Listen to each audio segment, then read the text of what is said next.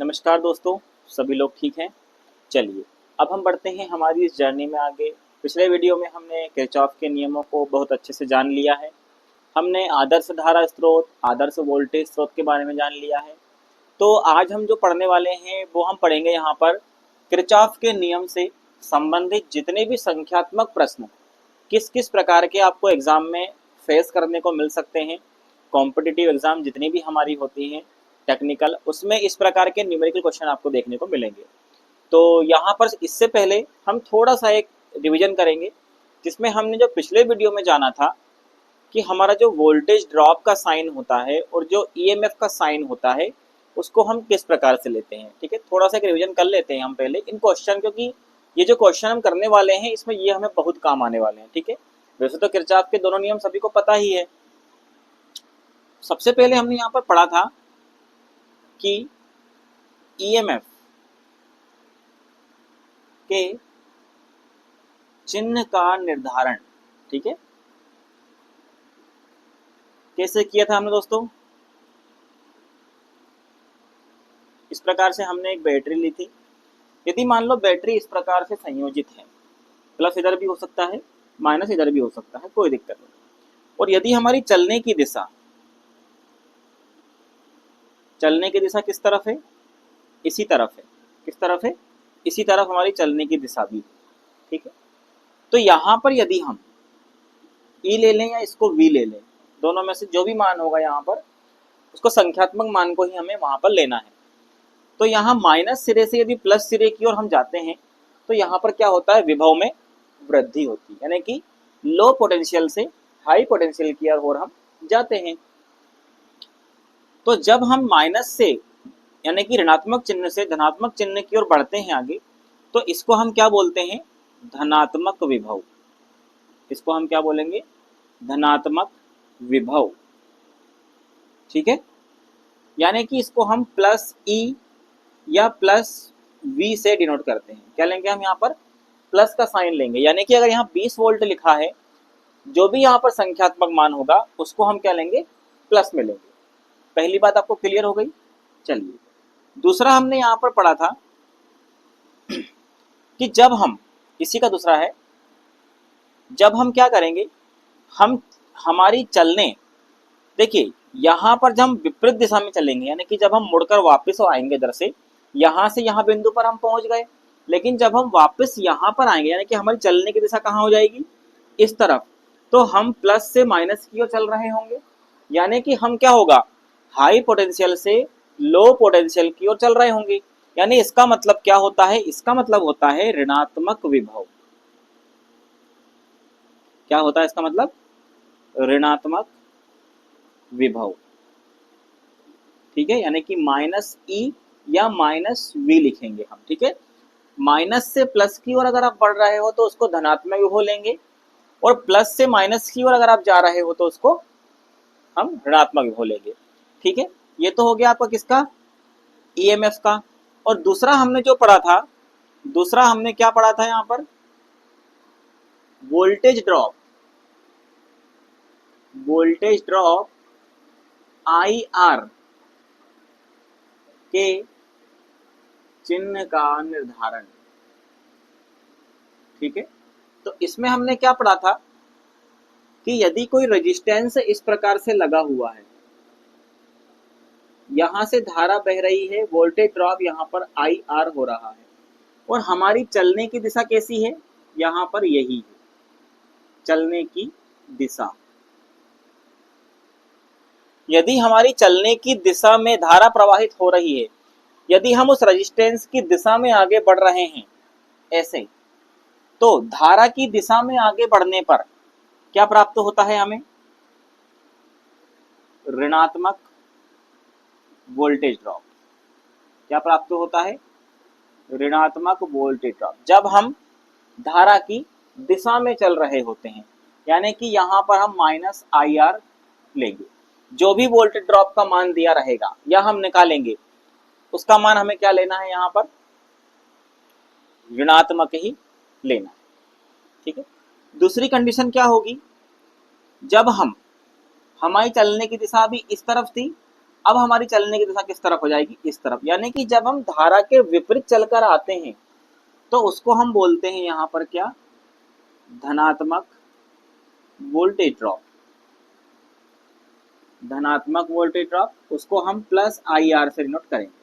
ये दोनों चीजें आने वाले सारे सवालों में हमें काम आएगी, ठीक है। तो ये दोनों आपको नोट डाउन करना है। जिसने पिछली वीडियो नहीं देखी है वो डिस्क्रिप्शन में जाकर के उस वीडियो को एक बार देख सकता है, उसके लिंक भी उसमें डली हुई है ना। तो ये आपको दोनों चीज आने वाले हमारे जितने भी क्वेश्चन होने वाले हैं उनमें आपको ये काम आएंगे, ठीक है। ये आपको ध्यान रखना है। चलिए अब हम इनसे संबंधित किरचॉफ के नियम से संबंधित, ठीक है, कुछ न्यूमेरिकल क्वेश्चन हम देख लेते हैं। चलिए चलते हैं अपने पहले क्वेश्चन की ओर, ठीक है। पहला क्वेश्चन हमारा कहता है, इस प्रकार से आप डायग्राम बनाइएगा। ये कोई जंक्शन पॉइंट है यहाँ पर, ठीक है। इस जंक्शन पॉइंट से कुछ धाराएं निकल के जा रही हैं, ठीक है। इस प्रकार से क्या है, कुछ धारा यहाँ पर निकल रही है, ठीक है। ये धारा यहाँ से इसमें प्रवेश कर रही है, ये वाली धारा इसमें प्रवेश कर रही है, ठीक है। ये बाहर की ओर जा रही है धारा, और यहाँ से ये बाहर की ओर, और ये भी बाहर। अब यहाँ पर देखिए, ये क्वेश्चन बनाने का उद्देश्य ये है कि आप किसी भी प्रकार से इन क्वेश्चनों को सॉल्व करें। हमें अगर किरचॉफ का पहला नियम याद है तो यहाँ पर सीधे हम उसको अप्लाई कर सकते हैं। जरूरी नहीं है कि हमें जो नंबर मैं आपको बता रहा हूँ वही आप इसमें पुट करें, आपके हिसाब से कुछ भी आप यहाँ पर पुट कर सकते हैं, ठीक है। तो हम यहाँ पर देख लेते हैं, यहाँ पर इस वाली धारा का मान हमें निकालना है। इसको 2 एम्पियर ले लेते हैं, इसको 5 एम्पियर ले लेते हैं, इसको 7 एम्पियर ले लेते हैं, और इसको 4 एम्पियर ले लेते हैं, ठीक है। अब यहाँ पर हमें KCL किरचॉफ का करंट नियम हमें अप्लाई करना है। KCL का नियम के अनुसार हम जानते हैं कि किसी भी, देखिए दो प्रकार से इसकी परिभाषा को हम लिखते हैं कि यहाँ पर पहली परिभाषा क्या होती है कि जंक्शन की ओर आने वाली धाराएं और बाहर जाने वाली दोनों धाराएं जो होती हैं एक दूसरे के बराबर होती है, ठीक है। दूसरी परिभाषा क्या होती है कि जंक्शन पर मिलने वाली सभी धाराओं का बीजगणितीय योग 0 होता है, ठीक है। तो यहाँ पर यदि हमें निकालना है तो हम यहाँ पर किरचॉफ का नियम निकालेंगे। दोनों ही नियम एक जैसा ही है।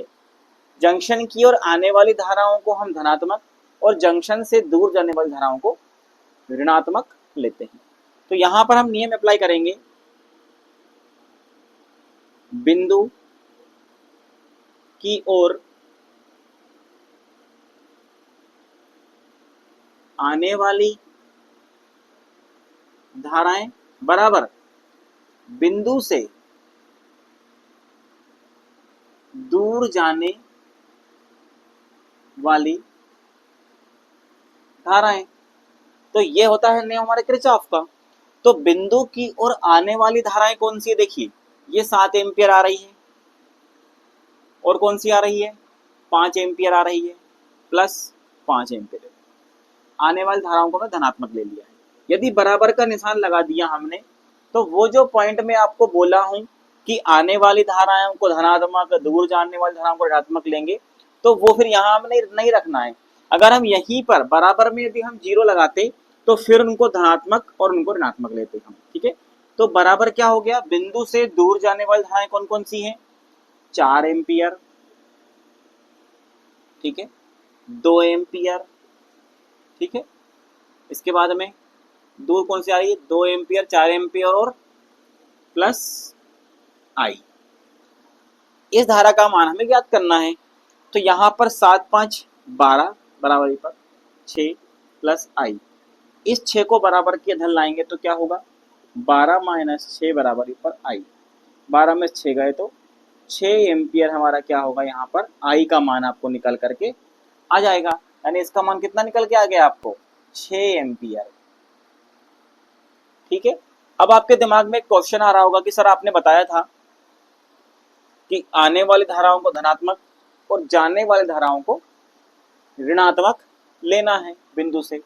तो नियम हमारा ये भी कहता है कि summation I1 plus I2 plus I3 plus I4 is equal to 0। यानी कि जंक्शन पर जितनी भी धाराएं हैं उन सबका बीजगणितीय योग क्या होता है, शून्य होता है। तथा जंक्शन की ओर आने वाली धाराओं को धनात्मक और जंक्शन से दूर जाने वाली धाराओं को ऋणात्मक लेते हैं। तो इस वाले फॉर्मूले में भी अगर हम इसका मान रख के देखेंगे तो भी हमारा आंसर यहाँ पर 6 ही आएगा। चलिए, जंक्शन की ओर आने वाली धाराओं को हमने धनात्मक लिया, प्लस का 7 ले लिया, प्लस का 5 ले लिया, ठीक है। अब जंक्शन से दूर जाने वाली माइनस का 4 ले लिया, माइनस का 2 ले लिया और माइनस का I ले लिया, ठीक है। बराबरी पर क्या हो गया हमारा, शून्य। इसको सोल्व करिए, 7 5 12 माइनस 4 और 2 6 माइनस I इजिकल टू 0। 12 में से 6 गए तो 6 बचेगा, माइनस का I इजिकल टू 0। इस माइनस के I को हम प्लस का I बना देंगे बराबर के उधर ले जा करके, तो ये हमारा आंसर क्या जाएगा, 6 एम्पियर फिर से यहाँ पर निकल के आ जाएगा। ठीक है, हो गया क्लियर। अगला क्वेश्चन बनाएंगे सभी इस प्रकार से। यहाँ पे हम दो जंक्शन लेंगे। अब कितने जंक्शन लेंगे, दो जंक्शन लेंगे हम यहाँ पर, जिसमें यहाँ पर हमारी एक धारा यहाँ पर आ रही होगी, ठीक है, और यहाँ से एक धारा बाहर की ओर जा रही होगी और यहाँ से कोई धारा आ रही होगी, ठीक है। इसके बाद में ये वाले जंक्शन में हम देखेंगे कि यहाँ पर एक धारा जंक्शन से बाहर जा रही है और एक धारा जंक्शन की ओर आ रही है, ठीक है। तो ये हमारा क्या हो गया, जंक्शन 1, ये हो गया हमारा जंक्शन 2। इस प्रकार के क्वेश्चन में आपको यदि यहाँ पर ये 2 एम्पियर, ये 1 एम्पियर, ये 3 एम्पियर, ये वाले धारा का मान आपको निकालना है, हमें ज्ञात करना है, और ये 1 एम्पियर, ठीक है। तो इस प्रकार के क्वेश्चनों में जहां पर 2 से अधिक जंक्शन हो या 1 से अधिक जंक्शन हो, तो हमें सबसे पहले क्या करना है, फर्स्ट वाला ये वाला जंक्शन हमें क्या करना है, सॉल्व करना है, ठीक है। हमें पहला वाला जंक्शन जो है वो सॉल्व करना है, हमें I का मान यहाँ पर ज्ञात करना है। ऐसा क्वेश्चन आपको बना करके दे देगा। तो सबसे पहले जब हम इस J1 को क्लियर करेंगे, तो यहाँ पर J1 में हम क्लियर करेंगे तो हमारा वही नियम लागू होगा, जंक्शन की ओर आने वाली धाराएं बराबरी पर जंक्शन से दूर जाने वाली धाराएं। तो जंक्शन की ओर आने वाली धाराएं कौन कौन सी है, 3 और 2, यानी कि 3 + 2 बराबरी पर कितना है, 1 एम्पियर, ठीक है। कितना है, 1 एम्पियर। तो J1 का मान कितना हो जाएगा, यहाँ पर 3 और 2 5, 5 में से 1 गया, इसको हम क्या कहाँ ले आएंगे, यहाँ ले आएंगे, यानी कि 5 - 1 इजिकल टू 4 एम्पियर क्या हो जाएगा, इस पूरे जंक्शन की जो धारा हो जाएगी। तो अब क्या होगा, अब यहाँ से हम निकालेंगे जंक्शन J2 की।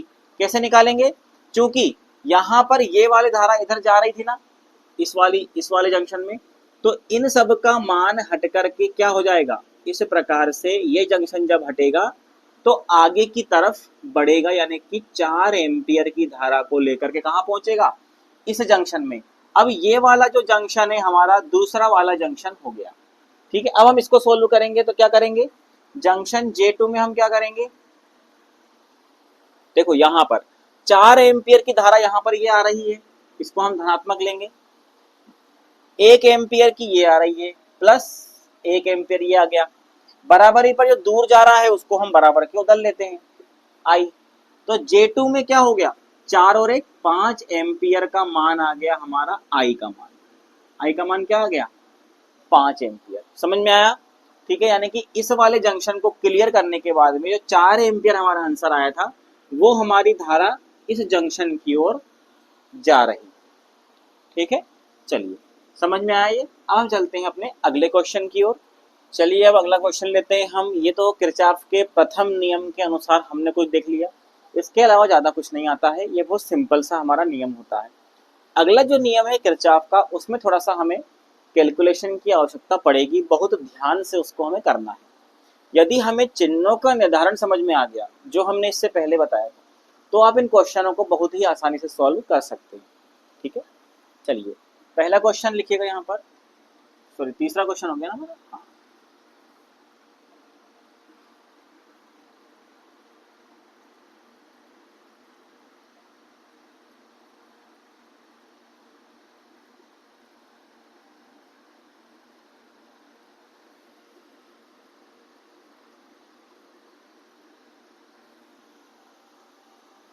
ठीक है, ये कोई पॉइंट ए है, ये कोई पॉइंट बी है। ठीक है, सभी का मान कितना है, 2 volt, 2 volt, 2 volt, 2 volt. Question आता है, क्वेश्चन क्या आता है हमारा कि बिंदु ए तथा बिंदु बी के मध्य विभवांतर क्या होगा। ठीक है, अब देखिए यहां पर क्या होगा। सबसे पहले हमने बताया था कि जो बैटरी होती है हमारी, या फिर जो भी स्रोत होता है, जो भी विभव होता है, ईएमएफ होता है, उसके चिन्ह का निर्धारण किस प्रकार से हमें यहाँ पर करना है। ठीक है, सबसे पहले तो ये वाला देखिए आप, ये धनात्मक पॉइंट से जुड़ा है, यानी कि ये कौन सा विभव है, धनात्मक विभव है। ठीक है, धनात्मक विभव यानी कि इसको हम क्या कह सकते हैं, ये उच्च पोटेंशियल पर है, उच्च विभवांतर पर है, उच्च विभव या उच्च विभव। और इसको बोलेंगे हम निम्न विभव। क्या बोलेंगे, निम्न विभव। ठीक है, चलिए, उच्च विभव का मतलब होगा कि जो पॉइंट ए होगा, यानी कि वी ए को हम क्या लेंगे, धनात्मक लेंगे, क्योंकि हम धनात्मक विभव की ओर बढ़ रहे हैं। कहाँ बढ़ रहे हैं हम, यहां पर मान के चलिए कोई भी बैटरी यदि वोल्टेज स्रोत होगा तो वो कुछ इस प्रकार का होगा, माइनस से प्लस, सॉरी प्लस से माइनस होगा, है ना, हाँ, प्लस से माइनस होगा, यानी कि ये वाला जो पॉइंट होगा ये क्या होगा, धनात्मक विभव पर होगा। और यहाँ पर जो आने वाला हमारा पॉइंट है ये कौन सा होगा, ऋणात्मक बैटरी के ऋणात्मक सिरे से जुड़ा होगा।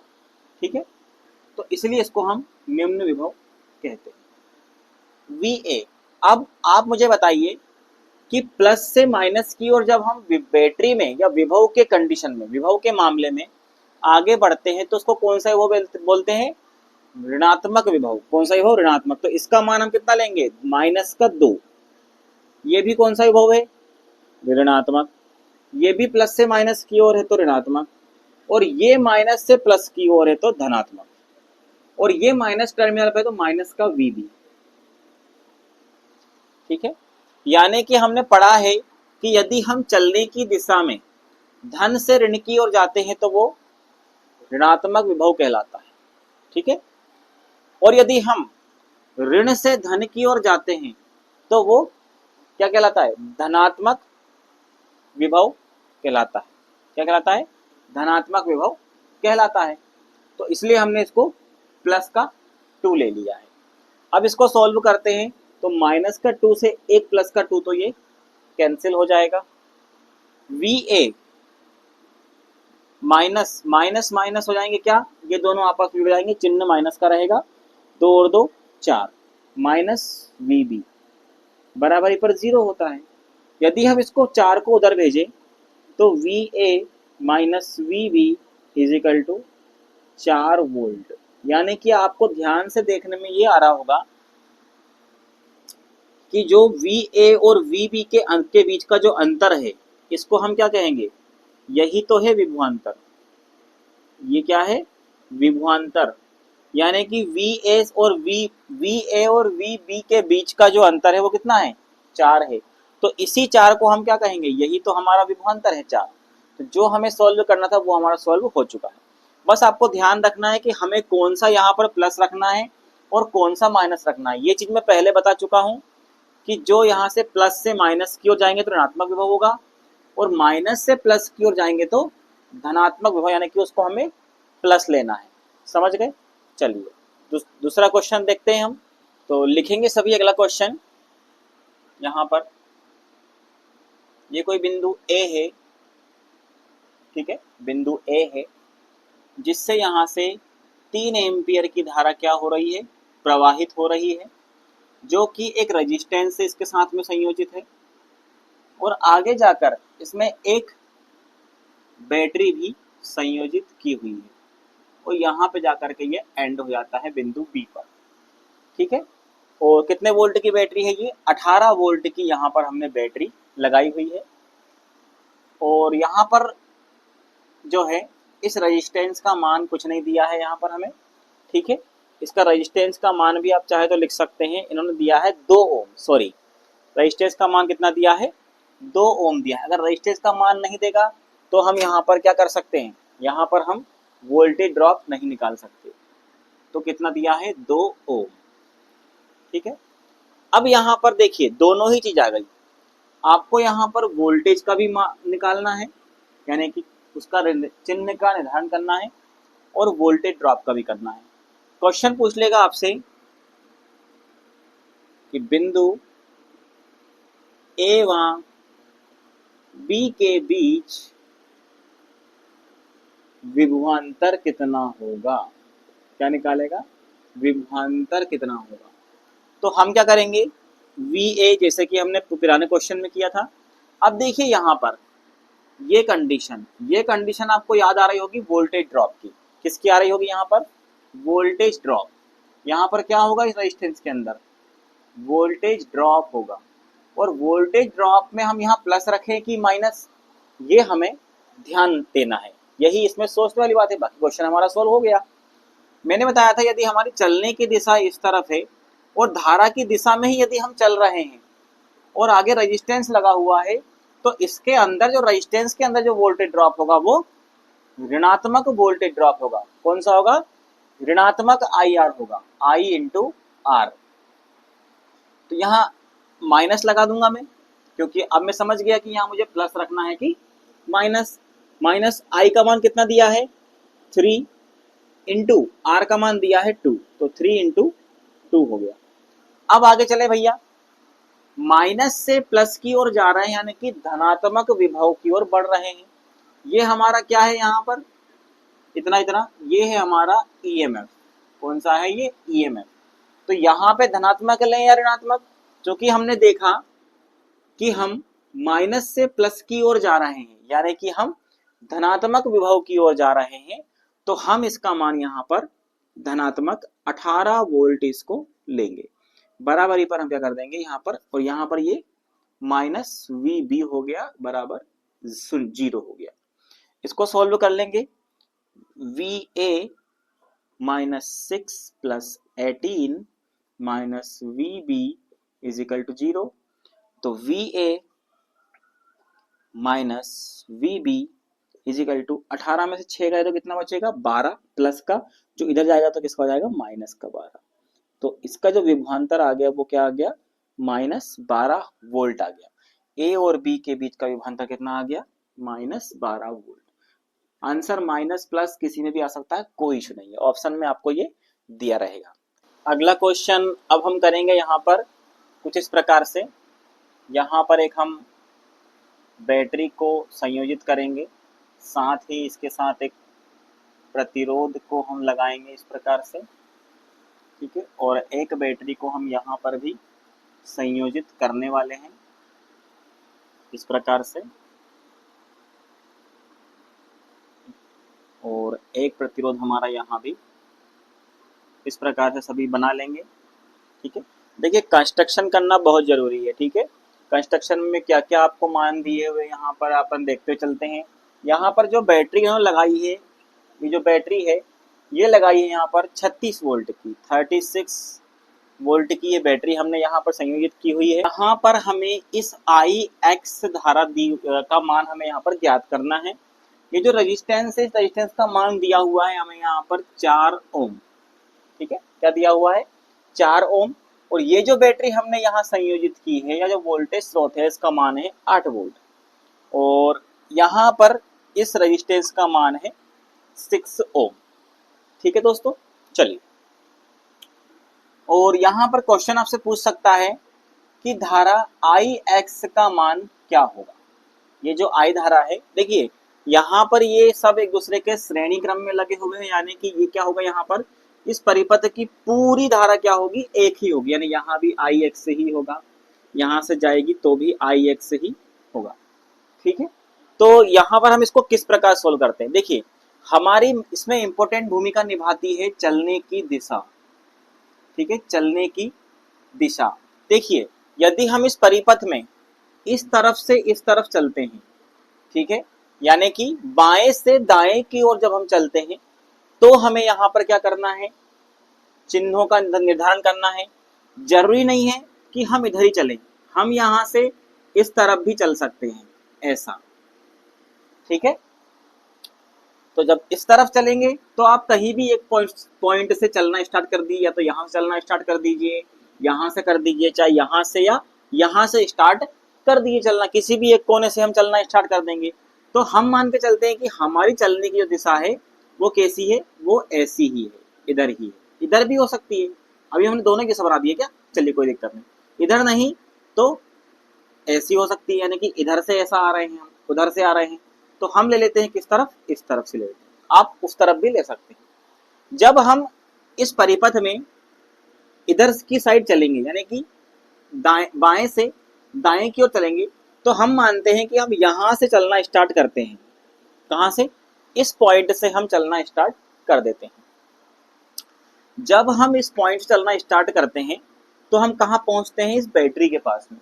अब ये बैटरी को हमें प्लस लेना है कि माइनस लेना है, यानी कि 36 जो है 36 वोल्ट, इसको हमें धनात्मक लेना है कि ऋणात्मक। माइनस से प्लस की ओर हम जाते हैं। हमने पढ़ा है कि जहां चलने की दिशा में जब हम कहाँ जाते हैं, माइनस से प्लस की ओर जाते हैं, तो इसका मतलब क्या होता है, इसका मतलब होता है क्या, धनात्मक विभव की ओर, यानी कि यहाँ पर क्या होती है, वोल्टेज में वृद्धि हो रही होती है। यानी कि इसको हम क्या लेंगे, 36 को धनात्मक लेंगे, यानी कि प्लस 36 यहाँ पर इसको हम लेने वाले, ठीक है। अब यहाँ आते हैं हम, तो यहाँ पर इस प्रतिरोध में वोल्टेज ड्रॉप कितना होगा, V1, यानी कि वोल्टेज ड्रॉप कितना होगा, IR होता है। तो इसमें से I धारा यानी कि IX धारा गुजरेगी, IR का मान कितना है 4, यानी कि इसमें जो वोल्टेज ड्रॉप होगा वो धारा की दिशा में ही हो रहा है, और हम उसी दिशा में चल रहे हैं। जिस दिशा में हम चल रहे हैं, धारा की दिशा भी यदि उसी तरफ है, तो हम लेंगे वहां पर ऋणात्मक वोल्टेज ड्रॉप। क्या लेते हैं वहां पर, ऋणात्मक वोल्टेज ड्रॉप, यानी कि IX इंटू 4 लेंगे हम यहाँ पर, ठीक है। अब हम चलते चलते कहाँ आ गए, इस पॉइंट पे आ गए। अब यहाँ से हम धन से ऋण की ओर जा रहे हैं, तो इसको हम बोलेंगे क्या, ऋणात्मक विभव। तो इसका मान हम क्या लेंगे यहाँ पर, -8, ठीक है। इस पॉइंट पर आ गए। अब यहाँ से धारा इस तरफ से आ रही है ऐसी, तो वापस हम क्या हो रहा है, धारा की दिशा में ही वोल्टेज ड्रॉप कैसा लेंगे हम, यहाँ पर भी कौन सी धारा है, IX ही है। इस पूरे परिपथ में धारा कौन सी है, IX है। तो इसमें वोल्टेज ड्रॉप कितना होगा, V2 का मान IX इंटू 6 होगा, तो माइनस का IX इंटू 6 हो गया, बराबर में क्या हो जाएगा, 0। यहाँ पर आकर हम हमारी जर्नी को समाप्त कर देंगे। अब इसको हम सोल्व कर लेते हैं, तो हमारा सोल्व करने पर प्लस का 36 और माइनस का 8 कितना हो गया, इस 36 में से 8 गए तो कितना बचेंगे, 28, प्लस का 28, प्लस का 28 बचा। अब इस 4IX में से 4IX माइनस का है, और माइनस का ही क्या है, 6IX है, तो ये दोनों क्या हो जाएंगे, आपस में जुड़ जाएंगे, चिन्ह अपरिवर्तित रहेगा, 6 और 4 10IX हो जाएगा, बराबरी पर 0। अब इस 28 को हम क्या करेंगे, बराबर के इस तरफ ले जाएंगे, तो ये माइनस का 10IX हो गया, बराबर -28 हो गया, इससे ये कट जाएगा। और जब हम इसको सॉल्व करेंगे तो IX का मान निकल के आएगा हमारे पास 28/10, या जब हम इसको सॉल्व करेंगे तो यहाँ से एक जीरो यानी 10 से भाग देंगे तो 2.8 या 2.8, ठीक है, या 2.8, या ये भी आंसर एग्जाम में दे सकता है, या कैसा दे सकता है, 14/5 भी दे सकता है। इसको सॉल्व करेंगे तो 14/5 या 2.8, ठीक है, 8 एम्पियर काय में आएगा आंसर, एम्पियर, ठीक है। ये यूनिट लिखना आपको नहीं भूलना, ठीक है, समझ गए। तो इसमें हम चिन्ह का निर्धारण किस प्रकार से करेंगे, ये बहुत सारे बच्चे इसमें कंफ्यूज होते हैं, ठीक है, कि सर इसको कैसे सॉल्व किया जाता है, क्या किया जाता है। तो बहुत सिंपल है, इसको इसी प्रकार से हमको सॉल्व करना होता है, ठीक है। चलिए इसी प्रकार का एक आध क्वेश्चन और हम देखते हैं। अगला क्वेश्चन नोट करेंगे हम, एक बैटरी संयुक्त की है हमने यहाँ पर 12 वोल्ट की, कितने वोल्ट की संयुक्त की है, 12 वोल्ट की, ठीक है। और यहाँ पर हमने क्या किया है, दो प्रतिरोध इस प्रकार से संयोजित कर दिए। ठीक है, एक प्रतिरोध का मान है 4 ओम और दूसरे प्रतिरोध का मान है 2 ओम और 12 वोल्ट की बैटरी हो गई हमारी। क्वेश्चन पूछ रहा है हमसे, क्वेश्चन है कि ग्राउंड के सापेक्ष, ठीक है, ग्राउंड के सापेक्ष, ग्राउंड के सापेक्ष बिंदु, यहाँ पर जो बिंदु है इसको हम सी नाम दे देते हैं, कुछ भी नाम दे दो, बिंदु सी का विभव यानी V का मान निकालना है। V कितना होगा, विभव V का मान कितना होगा, इस प्रकार का क्वेश्चन हमको दे दिया है। अब देखिए ये ग्राउंड के सापेक्ष पूछ रहा है, किसके सापेक्ष, ग्राउंड के सापेक्ष। बैटरी का ये जो सिरा होता है ना, ऋणात्मक टर्मिनल, इसका पोटेंशियल कितना होता है, इसका 0 होता है। ठीक है, ये लो पोटेंशियल से हाई पोटेंशियल क्यों लेना कि 12 विभव किसमें है, इसके अंदर क्या है 12 वोल्ट का विभव अंतर है। ठीक है, तो यहां पर हम क्या करते हैं, इस चित्र को कुछ हम इस प्रकार से बना देते हैं। यहाँ पे हम क्या करते हैं, 12 वोल्ट की सप्लाई इसको दे करके इस रेजिस्टेंस को यहाँ लगाते हैं और एक बिंदु सी और एक रेजिस्टेंस को हम यहाँ लगा लेते हैं, थोड़ा सा और बढ़ा देते हैं इस प्रकार से, और यहाँ पे हम इसको क्या करते हैं, ग्राउंड कर देते हैं। ग्राउंड यानी पृथ्वी। अब क्या होता है ग्राउंड, देखिए ग्राउंड का जो पोटेंशियल होता है वो 0 वोल्ट होता है। कितना होता है, 0 वोल्ट होता है। हमने पढ़ा है कि पृथ्वी का विभव क्या होता है, 0 होता है। ठीक है, यहाँ पे ये पॉइंट सी है, इसका मान 4 ओम है, इसका मान 2 ओम है। अच्छा, एक चीज अपने को इसमें यह देखना है कि यहाँ पर हमें यदि इस C का वोल्टेज निकालना, यानी कि इन दोनों रेजिस्टेंस के बीच में कितना वोल्टेज बचा, इसका मान यदि निकालना है, तो पहले हमें यह देखना होगा कि इस 12 वोल्ट में से कितना वोल्टेज ड्रॉप इस 4 ओम के रेजिस्टेंस में हो चुका है। तो वोल्टेज ड्रॉप निकालने के लिए हमें सीधी सी बात है, धारा और रेजिस्टेंस का मान तो हमें चाहिए ही होगा। तो यहाँ पर V, देखिए ये जो मान होता है टोटल होता है, टोटल धारा टोटल रेजिस्टेंस। हमें V तो दिया है, V का मान दिया है 12 वोल्ट। हमारे पास क्या नहीं है, RT भी नहीं है और IT भी नहीं है। कैसे निकालोगे भैया, ये तो बड़ी समस्या वाली बात हो गई। तो RT का मान तो निकाल सकते हैं क्योंकि ये दोनों श्रेणी क्रम में है। तो यहां पर समतुल्य प्रतिरोध कितना होगा, परिपथ का समतुल्य प्रतिरोध यानी कि टोटल रेजिस्टेंस कितना होगा, यहाँ पर R1 प्लस R2। इसको मैं R1 नाम दे देता हूँ, इसको R2 नाम दे देता हूँ, कोई दिक्कत नहीं है, यहाँ पे लिख दो R1 R2। श्रेणी क्रम में है ना, तो यहाँ पर दोनों जुड़ जाएंगे, यानी कि RT का मान कितना आ जाएगा, 4 और 2 6, 4 + 2 = 6 ओम। तो टोटल यहाँ का रेजिस्टेंस निकल के आ गया मुझे क्या, 6 ओम। यानी कि मेरे पास अब वोल्टेज भी हो गया और क्या हो गया, टोटल रेजिस्टेंस का मान भी हो गया 6 ओम। अब मैं परिपथ की कुल धारा का मान निकाल लूं, कुल धारा का मान निकाल लूं इसी फॉर्मूले से। वोल्टेज कितना है मेरे पास 12, धारा आ जाएगी कहाँ, सॉरी रेजिस्टेंस कहाँ जाएगा, इस 12 के बटे में आ जाएगा, यानी कि वोल्टेज I = V/R हो जाएगा। तो यहाँ पर आ जाएगा 6 बराबरी पर IT यानी कि 2 एम्पियर। तो इसका मान कितना आ जाएगा, यहाँ पर 2 एम्पियर। IT का मान कितना आ गया, 2 एम्पियर आ गया। अब मेरे पास क्या हो गया है, वोल्टेज का मान भी आ गया है, टोटल रेजिस्टेंस भी आ गया है और धारा का मान भी ज्ञात हो गया है। तो क्या मैं इस प्रतिरोध का वोल्टेज ड्रॉप निकाल सकता हूं, तो निकाल लो। यहाँ पर R1 पर या R1 में वोल्टेज ड्रॉप, देखो दोनों में धारा समान होगी क्योंकि श्रेणी परिपथ है। तो यहाँ पर वोल्टेज ड्रॉप कितना होगा R1 का, V1 = IR1। तो V1 यानी कि I कितना निकाला हमने, 2 एम्पियर इंटू R1 का मान है 4, तो टोटल 4 दूनी 8 वोल्ट। यानी कि मैं ये कहूं कि इस 12 वोल्ट में से अब यहाँ पर C का, बिंदु C का विभव कितना होगा, जो हमारा टोटल वोल्टेज था उसमें से हम V1 का वोल्टेज माइनस कर दो, तो हमारा क्या आ जाएगा, VT कितना था टोटल 12 वोल्ट में से यदि 8 वोल्ट को माइनस कर दोगे तो 4 वोल्ट हमारा क्या आ जाएगा, इस बिंदु C का विभव आ जाएगा।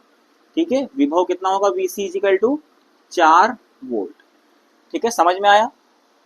हाँ, इसका वोल्टेज ड्रॉप निकालने के बाद ही इसके इस पॉइंट के बाद कितना वोल्टेज इसके अंदर पहुंचेगा वो हमें निकालना होता है। ठीक है, तो 4 वोल्ट इसके पास पहुंचेगा, इसका भी हम वोल्टेज ड्रॉप निकाल सकते हैं। ठीक है, 4 वोल्ट है, यहाँ पर धारा का मान समान होगा, तो धारा कितनी, हमें कितनी निकली धारा, 2 एम्पियर की धारा है, तो 2 दूनी 4 वोल्ट इसके अंदर निकल जाएगा, बाकी बचेगा 0 वोल्ट, क्योंकि ग्राउंड का तो 0 होता है। ठीक है, समझ में आया। तो इस प्रकार से हम इन सवालों को सॉल्व करते हैं। चलिए ठीक है, देखते हैं इसका अगला क्वेश्चन। देखिए क्वेश्चन कुछ इस प्रकार का भी आता है, इसको बहुत ध्यान से करने की हमें आवश्यकता होती है। देखिए यहाँ पर आपको R1 का मान नहीं दिया, R3 का मान भी नहीं दिया है, सिर्फ R2 का मान दिया है और 10 मिली एम्पियर की धारा इस वाले परिपथ से प्रवाहित हो रही है। और यहाँ पर आपको दे दिया गया है एक हिंट की 50 मिली एम्पियर की जो धारा है वो इस पूरे परिपथ में से प्रवाहित हो रही। तो सबसे पहले तो हम एक काम करते हैं, यहाँ पर आपको वोल्टेज यानी कि इस बैटरी कितने वोल्ट की सप्लाई कर रही है वो भी नहीं दिया है। तो इस क्वेश्चन को हम कैसे करेंगे, ये बहुत बड़ी सोचने वाली बात है। सबसे पहले इन क्वेश्चनों को ठंडे दिमाग से सोचना है कि ये कौन सा परिपथ है। सबसे पहले तो यहाँ पर कौन सा परिपथ है, ये समांतर परिपथ। देखिए यहाँ से यदि कोई धारा गुजरेगी, I1 धारा यदि यहाँ से गुजर रही है तो यहाँ जाके वो 2 भागों में बट जाएगी।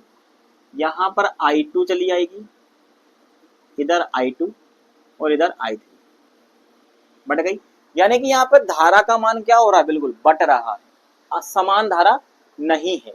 लेकिन आपने एक पॉइंट यहाँ पर देखिए कि यहाँ जो पॉइंट लगा है तो हमें यहाँ पर टोटल धारा कैसे मिलेगी भैया, I कैसे मिलेगा, I1 plus I2 plus I3 से हमें क्या मिलेगा, यहाँ पर धारा का मान मिलेगा। अब यहाँ पर देखिए इसके साथ में या तो ये वाला परिपथ आप ले लो श्रेणी क्रम में, या ये वाला परिपथ आप श्रेणी क्रम में इसके ले सकते। तो यहाँ पर देखने पर हमें ये ज्ञात होगा कि ये जो जंक्शन है, इस जंक्शन पर नियम लागू हो जाएगा KCL, किरचॉफ का करंट का नियम। कैसे लागू होगा, क्योंकि हम जानते हैं किसी जंक्शन पर मिलने वाली सभी जो धाराएं होती हैं वो आपस में क्या होती हैं, बराबर होती हैं। यानी कि जंक्शन की तरफ कौन सी धारा आ रही है, देखो 10 एम्पियर आ रही है, 10 मिली एम्पियर, और ये नहीं पता कितनी आ रही है, लेकिन बाहर जाने वाली धारा 50 मिली एम्पियर है। यानी कि धारा बिंदु की ओर आने वाली धारा और दूर जाने वाली धारा आपस में क्या होती है, बराबर होती है।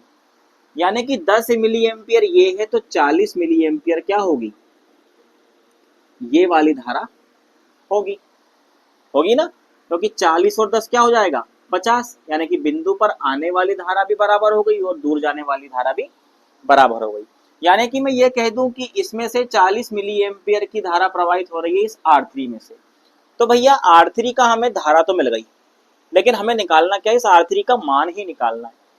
तो हम यहाँ पर देखिए ये समांतर परिपथ है, समांतर परिपथ है, तो यहाँ पर देखिए R2 R3 दूसरे के क्या है, समांतर में है। तो यहाँ पर यदि हम इसका वोल्टेज निकाल लें तो इसका वोल्टेज भी आराम से निकल जाएगा। क्यों, क्योंकि समांतर में वोल्टेज क्या होता है, एक समान होता है। इसका वोल्टेज ड्रॉप और इसका वोल्टेज ड्रॉप जो होगा टोटल वोल्टेज ड्रॉप के बराबर होता है। तो यहाँ पर इसका वोल्टेज ड्रॉप निकालने के लिए मेरे पास देखिए धारा का मान भी है और रेजिस्टेंस का मान भी है। तो यहाँ इसको मैं नाम देता हूँ A और B। तो मैं यहाँ निकाल लेता हूँ पहले AB में वोल्टेज ड्रॉप निकाला, तो VAB, AB का वोल्टेज ड्रॉप क्या होगा, I इंटू R होगा, यानी कि I2 इंटू R2 होगा। I2 कितना है देखिए 10 मिली एम्पियर, कितना है 10 मिली एम्पियर को हमें देखिए यहाँ पर हमें हमेशा SI यूनिट ही रखना है, मिली एम्पियर को एम्पियर में बदलेंगे तो 1000 से हम भाग देते हैं। तो यहाँ पर I2 का मान कितना 10 दिया है, 10 इंटू 10 की पावर -3, क्योंकि मिली का मतलब होता है यदि मैं 10 से भाग दे रहा हूँ, ये संख्या कुछ इस प्रकार की थी 1000 था, ठीक है। जब इसको मैं उठा के ऊपर ले जाऊंगा तो ये 10 की पावर -3 हो जाता है, इस प्रकार से। इंटू R2 का मान कितना है 100 ओम, कितना है 100। तो अब ये यहाँ पर सॉल्व हो जाएगा। इसको मैं ऐसा कर दूं 10 की पावर 4 हो गया ये, सॉरी 10 की पावर कितना हो गया, देखिए इसको ऐसे ही लिख देते हैं 10/1000 इंटू 100, यानी कि 100 इन 3 जीरो से 3 जीरो ये खत्म हो गए, यानी कि वोल्टेज ड्रॉप कितना आ गया 1 वोल्ट का। तो VAB में वोल्टेज ड्रॉप कितना आ गया 1 वोल्ट का। और हम जानते हैं कि समांतर परिपथ में वोल्टेज सभी में एक समान होगा। यदि इसमें 1 वोल्ट है तो इसमें भी 1 ही वोल्ट होगा। कितने वोल्ट होगा 1 वोल्ट होगा। अब देखिए हमें यहाँ पर ओम के नियम के अनुसार R निकालने के लिए वोल्टेज और धारा की आवश्यकता होती है। तो क्या मुझे इसका वोल्टेज ड्रॉप या वोल्टेज और धारा का मान पता हो गया? बिल्कुल हो गया। तो मैं यहाँ पे R3 का मान भी निकाल सकता हूँ, V3/I3 निकाल लूं। R3 का मान अब V3 कितना है, देखिए V3 लेंगे क्योंकि यह समांतर परिपथ, इसलिए इसका मान हम V लेंगे। कितना है 1/I3 का मान कितना निकल के आया हमारा, I3 का मान 40 मिली एम्पियर आया है। कितना आया है 40 इंटू 10 की पावर -3 है।